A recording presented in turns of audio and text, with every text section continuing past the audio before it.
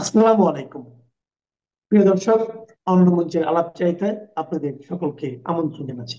এবার তিতি বিরক্ত ভারত সিদ্ধান্ত নিয়েছে চিকেন স্নেক চওড়া হবে, যাতে কেউ বিশেষ করে ইউনুসের মতো ছোট মাপের মানুষ যখন তখন ভয় দেখাতে না পারে। ভারত অপারেশন ত্রিশূল নিয়ে নামবে। ত্রিশূল মানে স্থল, নৌ, বিমান, তিন বাহিনীর যৌথ যুদ্ধ মহড়া শুরু হয়েছে 30শে অক্টোবর, চলবে 10 নভেম্বর পর্যন্ত। এজন্যে নিয়ে যাওয়া হয়েছে 20,000-এর বেশি সৈন্য। ভারতের চূড়ান্ত পর্যায়ের এই যুদ্ধ প্রস্তুতি। বাংলাদেশের দুটো চিকেন নেক, একটা রংপুরের ওখান দিয়ে গেছে আমাদের দিনাজপুর থেকে গারো পাহাড় পর্যন্ত মেঘালয়ের, আর একটা ত্রিপুরা থেকে সাগরে 20 কিলোমিটার মাত্র পথ। ওটা কাটলেই চট্টগ্রাম আলাদা, আর আগেরটা কাটলেই রংপুর আলাদা। বাঁদরামির একটা সীমা থাকা উচিত। মানলাম কিছু বালুখিল্য কুচো কাছা বিপ্লবী গ্রাফিটিতে না হয় ভুল করে ভারতের নর্থ ইস্টকে বাংলাদেশের মানচিত্রে ঢুকিয়ে ফেলেছে। তাদের এই কাজে গুরুত্ব না দেয়া ভালো, মেনে নিলাম। কিন্তু সেসব গ্রাফিটি যখন গুছিয়ে গাছিয়ে সরকারি উদ্যোগে বড় বইয়ের মধ্যে ছাপা হয়, এবং সেই বই আবার পাকিস্তান সেনাবাহিনীর জেনারেলকে ঘটা করে উপহার দেন বাংলাদেশের প্রধান উপদেষ্টা doctor Mohammad Yunus, the Nobel laureate, তখন কি বিষয়টি আর বালখিল্য কুচো বিপ্লবীদের কাজ বলে এড়ানো যায়, নাকি এড়ানো উচিত? ধরুন এই রকম কাজ যদি ভারত করত, ভারতের কোনো শিল্পী গোষ্ঠী তারা যদি ভারতের মানচিত্রে রংপুর আর চট্টগ্রামকে ঢুকিয়ে গ্রাফিতি তৈরি করত, সেই সব গ্রাফিতির ছবি দিয়ে বই করত, এবং সেই বই দেশ বিদেশের সরকার বা সেনা প্রধানদের উপহার দিতেন নরেন্দ্র মোদী, তাহলে কি বাংলাদেশের হাতে ঘা লাগতো না? শুধু যে পাকিস্তানের জেনারেলকে উপহার হিসেবে দেয়া হয়েছে তাই নয়, এর আগে মোহাম্মদ ইউনুস একই বই উপহার দিয়েছেন জাতিসংঘের মহাসচিব আন্তোনিও গুতেরেস, প্রাক্তন মার্কিন প্রেসিডেন্ট জো বাইডেন এবং প্রাক্তন কানাডার প্রধানমন্ত্রী জাস্টিন ট্রুডো সমেত বিশ্ব নেতাদের। অর্থাৎ এই মানচিত্র আর কোনো গোপন ব্যাপার থাকছে না, আন্তর্জাতিক হয়ে গেছে। এই স্বীকারোক্তি স্বয়ং বাংলাদেশ সরকারের প্রেস বিবৃতিতে দেয়া হয়েছে। এই পুরো প্রকরণ কি আদৌ বালখিল্যদের মতো মনে হয়, নাকি চিমটি কাটা, খামচি দেয়া, কামড়ে দেয়ার প্রবল একটা ইচ্ছা? 90 ছুতে যাওয়া ওই বুড়ো মোহাম্মদ ইউনুসের ভীমরতি বললে এটা ভুল হবে। নর্থ ইস্ট নিয়ে পাগলামি ইউনুস মিয়া এই প্রথম করলেন এমন নয়, এর আগেও বহুবার করেছেন। বিমস্টেক বৈঠকে নরেন্দ্র মোদী মুখোমুখি সাক্ষাতে তাকে সাবধান করে দিয়েছিলেন, বলেছিলেন ভেবে চিনতে কথা বলতে এবং কাজ করতে। কিন্তু চোরে না শোনে ধর্মের কথা। তাই এবার তিতি বিরক্ত ভারত সিদ্ধান্ত নিয়েছে এবার কিছু শক্ত ব্যবস্থা নিতে হবে। পাগলামি ছাড়াতে যখন গেলা ওষুধে কাজ হয় না, তখন ইলেকট্রিক শক দেওয়ার নিয়ম তেমনটাই। রোগীকে মারার জন্য নয়, কিন্তু অসুখ সারাবার জন্যে। দিল্লির সাউথ ব্লকের একজনের সঙ্গে কথা হলো, তিনি বললেন বাংলাদেশকে সুস্থ করার উদ্দেশ্যে ভারত এবার কড়া ডোজের ইলেকট্রিক শক দেবে। শিলিগুড়িতে থাকেন আমার এক ভ্রাতৃপ্রতিম বন্ধু, বড় মাপের রাজনৈতিক ব্যক্তিত্ব রজত ভরদ্বাজ মুখোপাধ্যায়। 3 দিন আগে তিনি এক মেসেজ পাঠালেন, দেখে নিন কি লিখেছেন তিনি। দেখুন,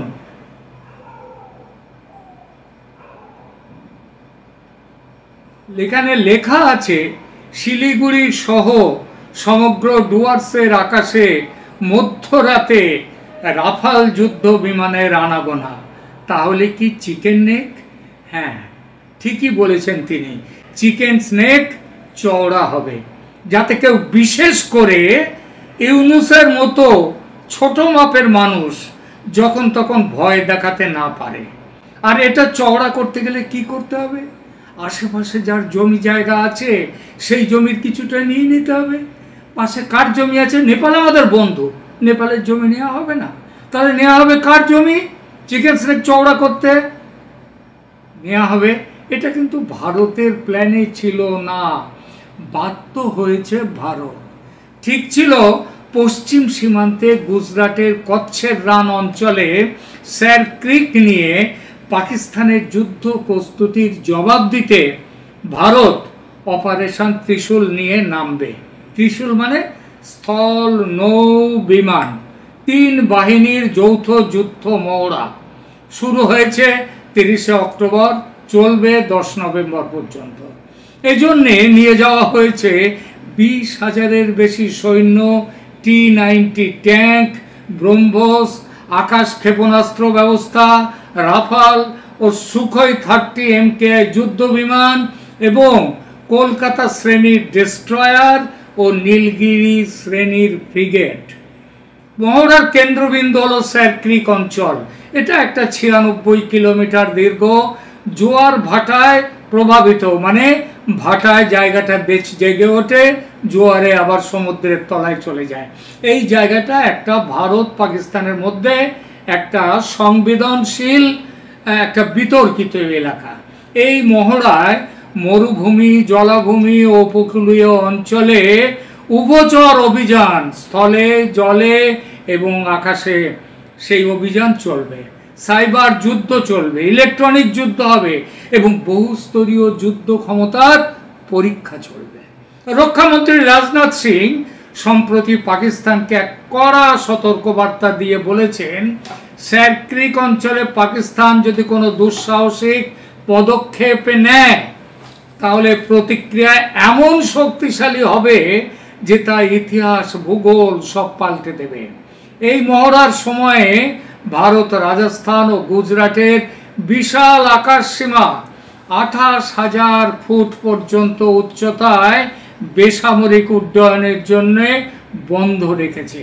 এই ব্যবস্থাকে বলে নোটাম, মানে নোটিশ টু এয়ার মেন, অর্থাৎ আমাদের আকাশে কেউ এসো না।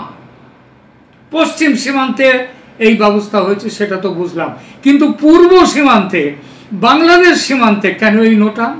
তাহলে কি পূর্ব সীমান্তেও যুদ্ধের প্রস্তুতিতে ভারত? ঠিক তাই, বঙ্গোপসাগরেও একযোগে নোটাম জারি হয়েছে।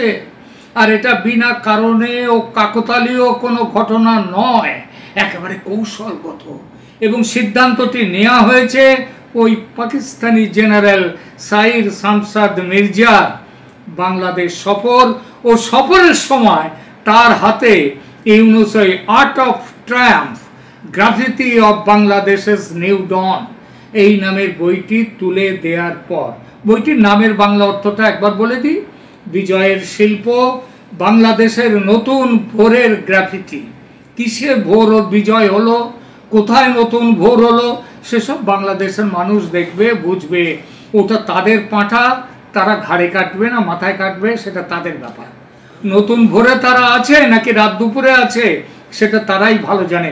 ভারতের আপত্তি কেন বইয়ের মধ্যে ভারতের 7টি রাজ্যকে বাংলাদেশের দখলে নেওয়া হলো এবং দেশের সর্বোচ্চ শাসক সেই বই নিজের হাতে প্রচার করছেন কেন?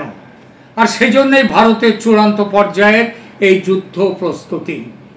এখানেও গুজরাট সীমান্তের মতো 3 বাহিনীর চূড়ান্ত মহড়া, শিলিগুড়ি থেকে সাগর, উত্তরের পাহাড় থেকে দক্ষিণের বঙ্গোপসাগর, অপারেশন ত্রিশূলের পাশাপাশি এই বিশাল অঞ্চল থেকে, এই অঞ্চলের 3 থেকে 14 নভেম্বর পর্যন্ত একটা বড় আকাশ মহড়ার জন্য নোটাম জারি করেছে ভারত। সেই সাথে বঙ্গোপসাগরের যুদ্ধ জাহাজ নিয়ে গেছে। এই দীর্ঘ 11 দিনের মহড়ায় ভারতীয় স্থল বাহিনী, বিমান বাহিনী ও নৌবাহিনীর সমন্বিত অভিযান পরিচালিত হবে। এর আগে অক্টোবর মাসে ভারত বঙ্গোপসাগরে 15 থেকে 17 অক্টোবর তারিখে একটি ক্ষেপণাস্ত্র পরীক্ষার জন্য নোটাম জারি করেছিল, যার পরিসীমা ছিল 1480 কিলোমিটার থেকে পরে বাড়িয়ে 3550 কিলোমিটার, প্রায় 3 গুণ বাড়ানো হয়। এই পরীক্ষাগুলো অগ্নি 3, অগ্নি 4 অথবা দূরপাল্লার জাহাজ বিধ্বংসী মিসাইল বা ক্ষেপণাস্ত্র পরীক্ষার জন্য ছিল। অপারেশন ত্রিশূল ও বঙ্গোপসাগরে ভারতের নোটাম, এই বার্তা কি বাংলাদেশের উদ্দেশ্যে? ভারত বর্তমানে দুটো ভিন্ন ভৌগোলিক অঞ্চলে, পশ্চিমে পাকিস্তান, পূর্বে বাংলাদেশ, একযোগে বড় ধরনের সামরিক মহড়া চালাচ্ছে। অপারেশন ত্রিশূল পশ্চিমে আর পূর্বে বঙ্গোপসাগরে বিমান বাহিনীর ব্যাপক আকাশ মহড়া, যুদ্ধ জাহাজ সেখানে মজুত করা। এই দুই মহড়ার জন্য জারি করা নোটাম এবং তাদের সময় বিশ্লেষণ করলে স্পষ্ট হয় যে ভারতের এই সামরিক কৌশল শুধুমাত্র পাকিস্তানের জন্য নয়, বাংলাদেশের জন্য একটা সুস্পষ্ট বার্তা দিচ্ছে। অপারেশন ত্রিশূলের বিস্তৃতি ও প্রকৃতি বিশ্লেষণ করলে দেখা যাবে যে 30 অক্টোবর থেকে 10 নভেম্বর 2025 পর্যন্ত পাকিস্তানের দিকে সেখানে সেই মহড়ায় 20,000-এর বেশি সৈন্য ইত্যাদি সেখানে নেওয়া হয়েছে। আর এই মহড়ার কেন্দ্রবিন্দু হলো আমাদের বাংলাদেশ। এবং রক্ষামন্ত্রী রাজনাথ সিং পাকিস্তানকে যে সতর্কবার্তা দিয়েছেন, সেই একই সতর্কবার্তা বাংলাদেশের উদ্দেশ্য। বঙ্গোপসাগরে একযোগে নোটাম, নো এন্ট্রি টু এয়ারমেন, কাকতালীয় নয়, এটা কৌশলগত অপারেশন। এই দীর্ঘ 11 দিনের শুরু হবে কবে থেকে? 3রা নভেম্বর থেকে 14ই নভেম্বর পর্যন্ত একটা বড় আকাশ মহড়ার জন্য এইটা। এর আগে আমরা যেগুলোই দেখে এসেছি, এর আগে ছোটোখাটো আমাদের এখান থেকে ওই চাঁদিপুর থেকে, দীঘা থেকে, সেখান থেকে ছোড়া হয়েছে মিসাইল, পরীক্ষা হয়েছে, তখনও নোটাম জারি। নিশ্চিতভাবে বলা যায় ভারতের এই দ্বৈত সামরিক তৎপরতা, এর পেছনে বাংলাদেশের সাম্প্রতিক ভূ রাজনৈতিক অবস্থান গুরুত্বপূর্ণ ভূমিকা নিচ্ছে। বাংলাদেশ, পাকিস্তান, চীন ত্রিপক্ষীয় সম্পর্ক একটা তৈরি করেছে। শেখ হাসিনা সরকারের পতনের পর মোহাম্মদ ইউনূসের নেতৃত্বে অন্তর্বর্তী সরকার পাকিস্তান ও চীনের সঙ্গে সম্পর্ক জোরদার করছে। এছাড়া জামায়াতে ইসলামের মতো পাকিস্তান সমর্থক ইসলামপন্থীরা, তাদের উত্থানে ভারতের উত্তর পূর্বাঞ্চলে বিচ্ছিন্নতাবাদী গোষ্ঠীগুলো তাদের রমরমা শুরু হয়েছে। 2009 সালের আগে বাংলাদেশে ভারতীয় বিচ্ছিন্নতাবাদীরা আশ্রয় পেত 2009-এর আগে, মানে শেখ হাসিনা আসার আগে। আর শেখ হাসিনা সরকার তাদের ভারতে হস্তান্তর করে সম্পর্ক স্বাভাবিক করেছিল, সেই অবস্থা এখন আর নেই। বঙ্গোপসাগরে নোটাম জারি, তাই বাংলাদেশের প্রতি খুব বড় সতর্ক বার্তা। বঙ্গোপসাগরে ভারতের সামরিক শ্রেষ্ঠত্ব ও নজরদারি এবং ভারতের ক্ষমতা দেখানো ও সেই সঙ্গে পাকিস্তান চীনের সঙ্গে বাংলাদেশের ঘনিষ্ঠতা নিয়ে সতর্ক বার্তা দেয়া। ভারতের উত্তর পূর্বাঞ্চলের নিরাপত্তা নিয়ে আপোষ করা হবে না, এই স্পষ্ট বার্তা দেয়া ভারতের উদ্দেশ্য। বঙ্গোপসাগরে ভারতের দীর্ঘতম উপকূল রেখা এবং আধিপত্য প্রতিষ্ঠার ভারতের যে নজরে আছে এবং ভারত যে তার জন্যে সক্ষম, সেটা দেখাতে এবারের এই সিদ্ধান্ত। এতদিন বাণিজ্যের অস্ত্রের শান দিয়ে বাংলাদেশকে ভাতে মারার ব্যাপারে এগিয়ে গিয়েছিল ভারত, এবং সফলতাও যে পেয়েছে সেটা বাংলাদেশের অর্থনীতির বর্তমান হাল দেখলে বোঝা যায়। এবার তার সঙ্গে ভাতের সঙ্গে হাতে মারার দিকেও এগোচ্ছে ভারত। এবং ওই যে বললাম শুরুতে যে চিকেন স্নেক চওড়া হবে, এবং ওই যে বললাম আরেকটা কথা, ভারতের প্ল্যানে কিন্তু এবার আসতেই বাধ্য, সেটা ইউনূসের বাঁদরামির জন্যে। সেটা হচ্ছে বাংলাদেশের দুটো চিকেন নেক, একটা রংপুরের ওখান দিয়ে গেছে, আমাদের দিনাজপুর থেকে গারো পাহাড় পর্যন্ত মেঘালয়ের, আর একটা ত্রিপুরা থেকে সাগরে 20 কিলোমিটার মাত্র পথ। ওটা কাটলেই চট্টগ্রাম আলাদা, আর আগেরটা কাটলেই রংপুর আলাদা। আর এর পুরো দায় কিন্তু ডক্টর মোহাম্মদ ইউনূসের। 71-এ ভারত যুদ্ধ জিতলেও বাংলাদেশের 1 ইঞ্চি জমি ভারত নেয়নি, এবং তারপরে ছিটমহল বিনিময়ের সময় ভারত বেশি জমি দিয়েছে, কম জমি পেয়েছে। অর্থাৎ জমি হড়প করবার জন্যে ভারত কখনো যায়নি। আজ ইউনূসের বাঁদরামির জন্যে ভারতকে এই পথে চলতে হচ্ছে। তার প্রস্তুতি পুরো মাত্রায় শুরু হয়ে গেছে। ধন্যবাদ।